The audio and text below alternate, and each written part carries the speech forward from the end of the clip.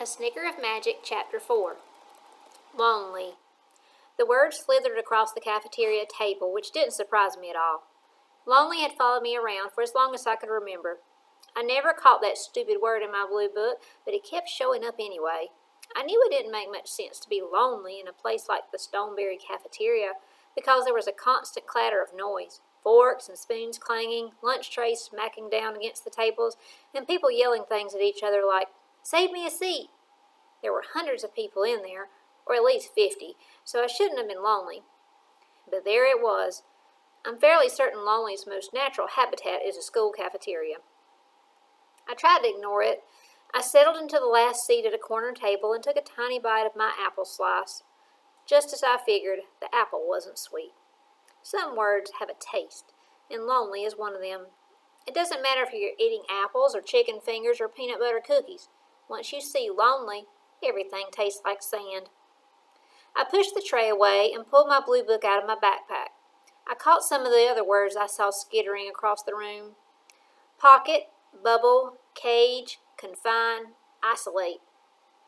Felicity! I stopped writing. I could have sworn I heard somebody yell my name. I knew my ears must have made it up, though. Nobody in that school remembered my name, probably, except for Franny Joe and Miss Lawson, and some character called the Beetle. I slipped the Beetle's note from the pocket of my hoodie and flattened it out over the table. When the note first whopped me in the forehead, I figured somebody was playing a joke on me. Had to be. What if the Beetle was fake, and once I ran outside and found the bird poopless table, all I really found was a bunch of kids standing in a circle laughing at my idiot stupidity. But even Miss Lawson had said the Beetle was the most magical thing at Midnight Gulch. I needed magic right now, the kind that made people want to stay in one place, the kind that made people want to stay together. My shoulders slumped as I thought about Mama and what she might be doing right then. Her shift didn't start until late in the afternoon, which meant she had all day to roam around in the pickled jalapeno. That's exactly what she'd be doing, too, just roaming. That's all she ever wanted to do. She couldn't stop. I tried not to think about what I'd do if she up and decided to go without me. Felicity? I did a quick glance around the room. Nobody was looking in my direction. Lonely crawled out from underneath my tray. I slammed my hand down fast and hard against it as if it were some pesky bug I could smash. The sound was so loud that the kids at the table beside me stopped chattering and looked over at me. I didn't look back at them, but my cheeks felt warm under the weight of their stares. I pulled my hood up over my head and pretended not to notice. Fact, I'd give away every word I'd ever collected to have a friend. Just one. Maybe it's impossible to make a friend unless you stay in a place long enough to memorize somebody's name. I doubted I'd ever get to find out. It'd take a miracle to make a bunch of gypsy pickles finally settle down. A big miracle. Or a little bit of magic. Chapter 5. Before I knew it, the day was over, and I was on my way to the playground to find a mysterious someone called a beetle. As I rounded the swing set and made my way towards the table circled around the edge of the field, the part of me that wasn't half afraid was half excited, until I found the bird poopless table. And then all of me was confused. The beetle? I asked. And then I immediately felt stupid for asking because nothing about this kid looked like a beetle. I hoped a character called the Beetle would at least have a cape and a mask and a mustache that twirled into curly hues at the edges. I expected a dastardly villain of some sort, but the boy sitting at the bird poopless table looked normal. He was reading the newspaper and twirling a red pen in his fingers. He had narrow shoulders and a head full of messy, spiky blonde hair that reminded me of a crown. He didn't look at me. "Pumpernickel?" I whispered. The boy glanced up then. His eyes were the greenest green I'd ever seen, like somebody had taken a neon marker and colored them in just before I walked up to him and called him a beetle. He sighed. "I can't believe I'm about to do this." I glanced around nervously. "Do what?" He folded his newspaper and smiled at me. My heart kicked, yes, as strong as a mule kick. My heart had never said yes over a smile before. "Most folks call me Jonah Pickett," he said. "That's what you should call me, too, from here on out."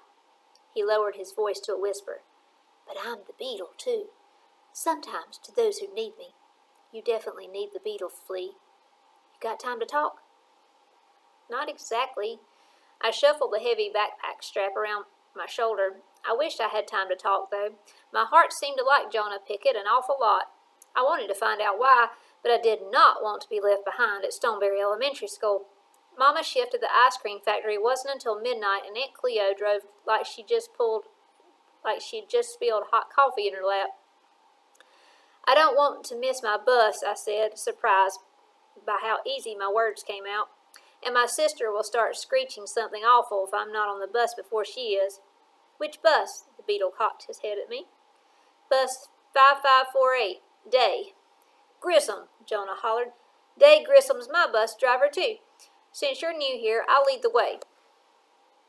Instead of standing up as I expected, Jonah Pickett backed out from underneath the table in a motorized wheelchair.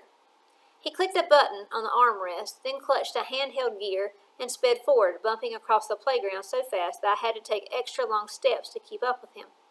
When we got to bus 5548, Jonah zoomed around to the back of the vehicle and knocked his fist twice on the side of the bus. A metal lift lowered, clanging as it hit the sidewalk. Hop on, Jonah said to me. And then he knocked twice on the side of the bus again and yelled, There's two of us. Day, beam us up. Yee up, somebody hollered back. The lift whirred as it lifted us off the ground.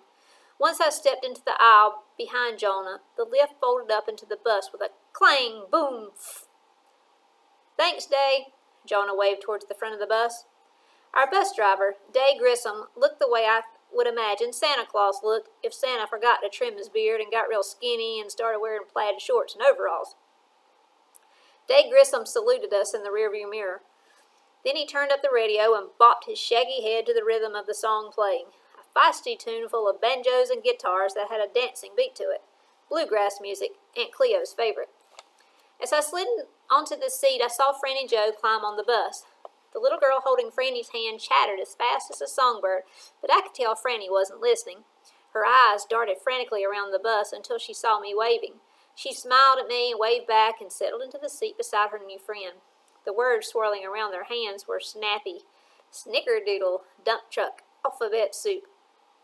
I let out a happy sigh of sweet relief. Franny was already making friends in Midnight Gulch. Maybe the magic was working fine, for one of us. Your sister looks like you, Jonah said. Different hair colors, all. Franny has Mama's hair color. I have my dad's red hair. My throat got tight, but this time it wasn't my nervousness. My throat always closes up that way when I talk about Roger Pickle, so I changed the subject. So, I said, you gonna tell me why the hayseed you call yourself a beetle and what that has to do with me? Shh, Jonah said as the bus rocked us side to side. Most people don't know I'm the beetle. That's my business moniker, and it has to stay secret. I liked moniker. The word dangled monkey-like down from the ceiling. Jonah said, I figured, considering what I need to tell you, it was best to go ahead and mention Pumpernickel. But only like 4 people in the whole world know about my alias. You've got to keep it all secret, okay? There were approximately 57 questions sitting on the tip of my tongue about the beetle, but the one I asked was, why would you tell me an important secret if you don't know me? Jonah shrugged. Maybe because I know what we got in common. My family's busted all to pieces right now, too. My throat felt tight again. My family's busted? My dad's not here either, not right now. He's a soldier. He's been deployed for 11 months and 14 days. All we have in common is the not here part, I said. My dad isn't deployed. He's just gone for a while. Work stuff. My voice broke a little bit over the words. I cleared my throat and said, he'll catch up with us eventually, though. Do you miss him, Jonah asked. I nodded. Then we have that in common, too. And I've moved around a bunch, same as you. We've been in Midnight Gulch for a few years. My dad grew up here, but before that I lived all over the place. I narrowed my eyes at Jonah the Beetle. How do you know so much about me? My family just moved here yesterday. My mom does your Aunt Cleo's hair, Jonah said, taking special notice of the 2 long bangs hanging down over my eyes. She does everybody's hair in Midnight Gulch. People tell her all sorts of things. Mom says you'd be amazed what people tell you when you know how to give a proper shampoo. She'll snip those bangs for you. Maybe, I said, but maybe not. I felt hidden behind my bangs, and I liked the feeling. Mom told me to search you out when you showed up at Stoneberry, but even if she hadn't, I would have tracked you down the minute I saw you staring at the sign-up sheet on Miss Lawson's door, because my know-how kicked in. And then he smiled as if he'd just handed me a Christmas present, as if the words he said made perfect sense. What's a know-how? I asked. Jonah leaned in close to me and said, It's not easy to explain, but I got this way about me. I know how to fix what's ailing people. My granny's the one who first called it my know-how. I see something wrong. I know how to make it right. Before Granny passed on over, she made me promise I'd never waste my know-how. I'm sorry she passed on over. I clutched my blue book close to my heart. I'm sorry she died. Died? Jonah laughed. She didn't die. Granny Effie's a bounty hunter. She passed on over the state line to track down some rascal who stole money from Trixie's tanning salon. She'll be back soon enough. But what matters now is you. Something big is bothering you, and lucky for you, I know how to make it right. Jonah's face was so close to mine that I could count the small cluster of freckles across his nose. 10 freckles, that's all. Just a small constellation. His eyes looked even greener up close. First thought, I hope I don't have anything crusty dangling from my nose. Second thought, Jonah the Beetle might be the only person I've ever met who's as weird as me. Okay, then. I scooted back in the seat just a little bit. What's your know-how over me? Jonah smiled triumphantly. It's the duel. That's when the know-how first stirred up, when you were staring at the sign-up sheet on Miss Lawson's door. Felicity Pickle, I'm going to help you win the talent show. I gripped the seat in front of me. That is a spectacularly bad idea. It is? Jonah's face faded. He raked his fingers through his blonde hair. Are you sure? I nodded. I appreciate your know-how, but did you hear me today when I tried to introduce myself to Miss Lawson's classroom? I got so nervous I nearly upchucked. Besides that, I have no talent. Everybody has talent. Jonah gave me a searching look. I shook my head. There's not much I'm talented at, except climbing trees, and I can drink a milkshake real fast and not get brain freeze. I lowered my voice to a whisper and said, and I like words. I collect them. I like poems, songs, stories, everything. But words never sound right when I try to string them together and say them out loud. They're just for me to keep. Jonah's forehead crinkled. Explain. Since Jonah told me his secret, I figured it was okay to tell him mine. I've always seen words, I said. I see them as clearly as I see you. Sometimes they have wings, and sometimes tap shoes, and sometimes zebra stripes. That sounded ridiculous when I said it, so I hushed. But Jonah didn't laugh at me. Keep going, he said. Sometimes I see words hovering around people. I told him, most people anyway. The more interesting the person, the more fantastic the words. Words come in all sorts of shapes, stars, spaceships, pretzel words. Some words glow and some words dance.